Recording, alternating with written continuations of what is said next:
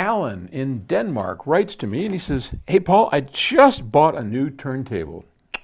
It's placed on a quite solid metal table. But every time somebody walks by the stereo, I can hear the vinyl shaking.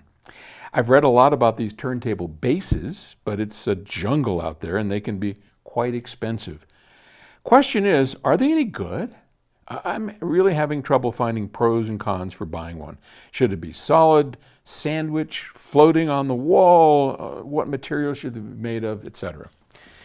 Yeah, that's a tough question. You know, years ago when we first started PS Audio, and I'm sure I've told this story before, I walked into at the time he wasn't my partner, it was Stan Warren. I walked into his house.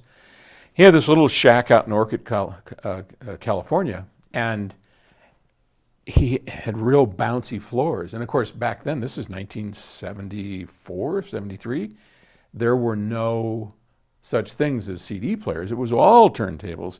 And Stanley had drilled holes through his wooden floor, planted posts on it, and built a platform for his turntable, so you could bounce around all day long, and that thing was solid as a rock. This, you can see, this is a VPI turntable, great turntable, and we've got its standard feet on it that have definitely some springiness to them to help, and then this beast here is a heavy, heavy platform.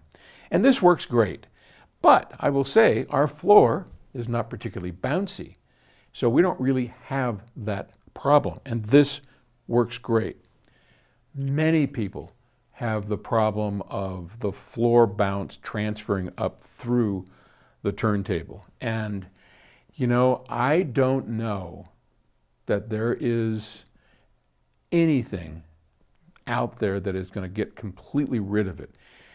We made a bass at one point and never really used it for turntables, but it was made from sorbethane, big heavy pieces of sorbethane, and that'll help, but only at certain frequencies.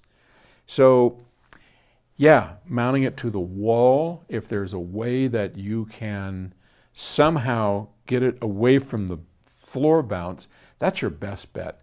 I don't honestly know, and I have never found an aftermarket anything that if you have a bouncy floor is going to reduce to the point of not hearing it, the floor bounce. So that's a big, big problem. And I wish I had a better solution, but a lot of people do they mount it to the wall, and that's a good solution, and probably better than spending a ton of money on some kind of vibration canceling device, because I've never found any that really do it. So hope that helps. Good luck out there. Thanks.